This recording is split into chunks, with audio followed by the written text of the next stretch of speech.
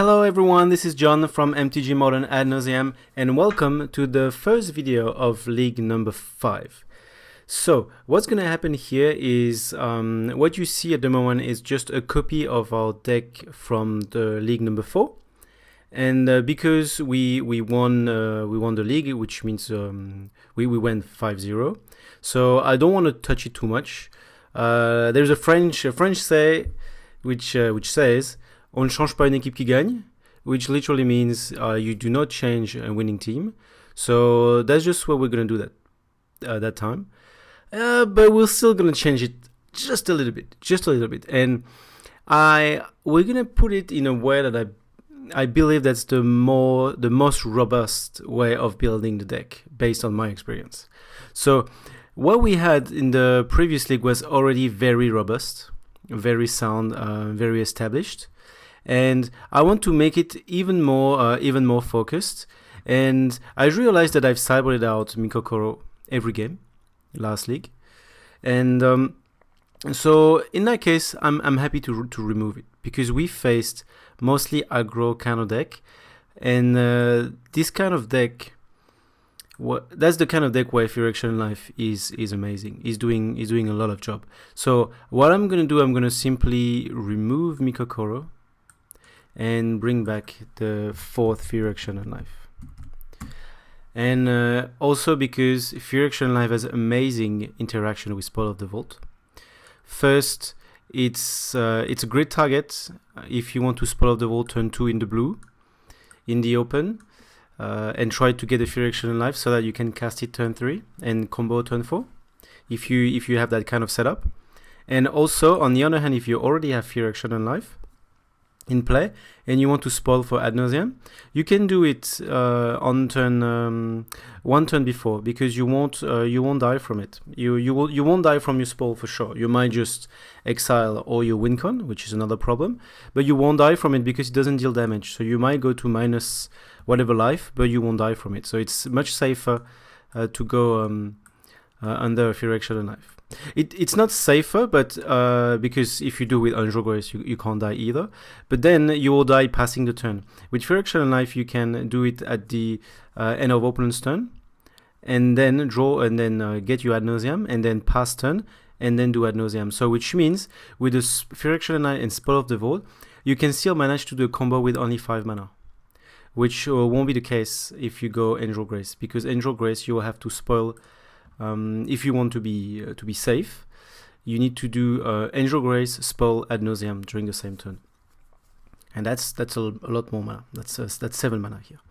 So you can still do Spoil of the Vault for Ad Nauseam the turn before, but you will still need Angel Grace, Ad Nauseam the turn after, which deals 6/6 instead of 5, and you might just die from your Spoil of the Vault, because you're not under the protection of the Angel Grace if you do it that way. And you might actually die even though you still had all the win con and the Simian Spirit Guide and everything that you need in the deck. So I love the interaction with Furiction Life and Spoil of the Vault. That's why I think it's much better to play 4 in a spoil list. So we're back at 60 cards, and I'm happy with City of Brass. I'm not saying that's the optimum build, but we've played double affinity, and we didn't die from it. We happened to die from it, if I remember correctly, on the league before, the league 3. But overall, I'm happy to stay with City of Brass, mainly because I think it saved us in terms of mana color in one of our game in our league 4, because without City of Brass we might have been mana screwed, color screwed.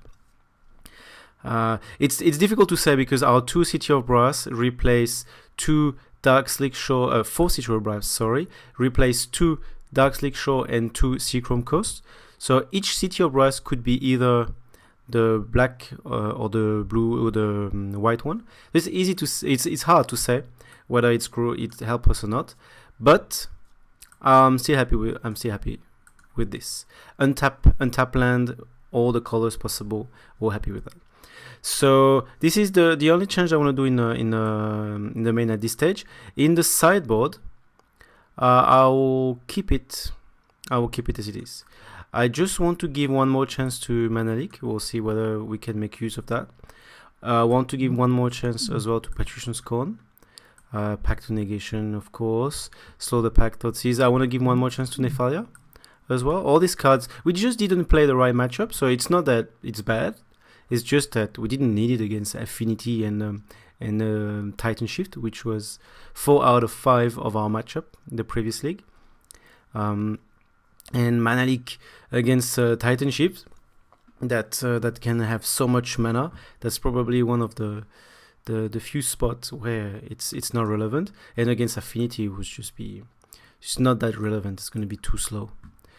So I'm happy to keep the sideboard. I just want to do a simple twist. That's something I want to try because I think our list is very, very robust. But if we look at Pact of Negation here, they are amazing, of course. But it's always, most of the time, all or nothing. Either we just sideboard the 3 out, or we put the 4th in. So what I would be tempted to do is, what if we do a little bit of a swap between our main or sideboard? So it won't have a big impact, but what if we remove a Pact of Negation and put in a sideboard? We remove a Fear Action and Life as well, because even though we love it, like I mentioned, it's good to have it in the 75, but sometimes it might not be super relevant against a certain deck, especially against a bit slower deck where we might want to prefer comboing work with Angel Grace, and also it's always annoying to draw more than one in certain scenario. So let's remove one, and instead I would like to bring in my main board double Thoughtseize. Why? Because I believe there is nothing can go wrong with having a Thoughtseize main. It's gonna help us get rid of any cards that can hate us, and even though we can't expect too many cards that hate us in the main board, I believe that there is nothing wrong with having a Thoughtseize. And to me, a Thoughtseize against control, where Pact of Negation matter, it's pretty much the same effect as a Pact of Negation, because we're gonna cast Thoughtseize. Either they counter it, which means we get rid of one of their counter, which would be the same effect as Pact of Negation, or they don't, and just we remove the counter spell. So it will act as a Pact of Negation-ish as well against control, I believe, and it feels like it gives me a little bit more confidence in the deck, saying that we do have our Thoughtseize, so we can still deal with stuff, even in our main board. And if we underplay against Infect, and for example we get a Thoughtseize turn 1, we can discard the only creature. We can discard a Blood Moon if we face a lot of deck now. I feel are playing Blood Moon main. Even the old archetypes, the Blue Moon deck. We have 3 in our local meta. Around 20 player. I was there on Tuesday. 3 player were playing Blue Moon, a very old style control deck. So of course main board Blood Moon. I think it's 4 main board Blood Moon. So we're going to be good against this. We can remove a Nahiri. Nahiri, it's painful for us because we don't have ways to interact with it at all in the main board. I hope I'm correct. Yes, we have nothing against it, except doing some Pact Angel Grace or things like that. So we can actually discard Planeswalker. Usually Planeswalker are good against us because we let them tick up and go ultimate if we don't combo early enough. We can remove the Liliana. Is going to be of course going to be good against Black Green as well. Black Green X against this kind of deck that we don't really appreciate. So I'm really happy with that list. So we have our 675 cards, and see you soon for the first match of this league number 5.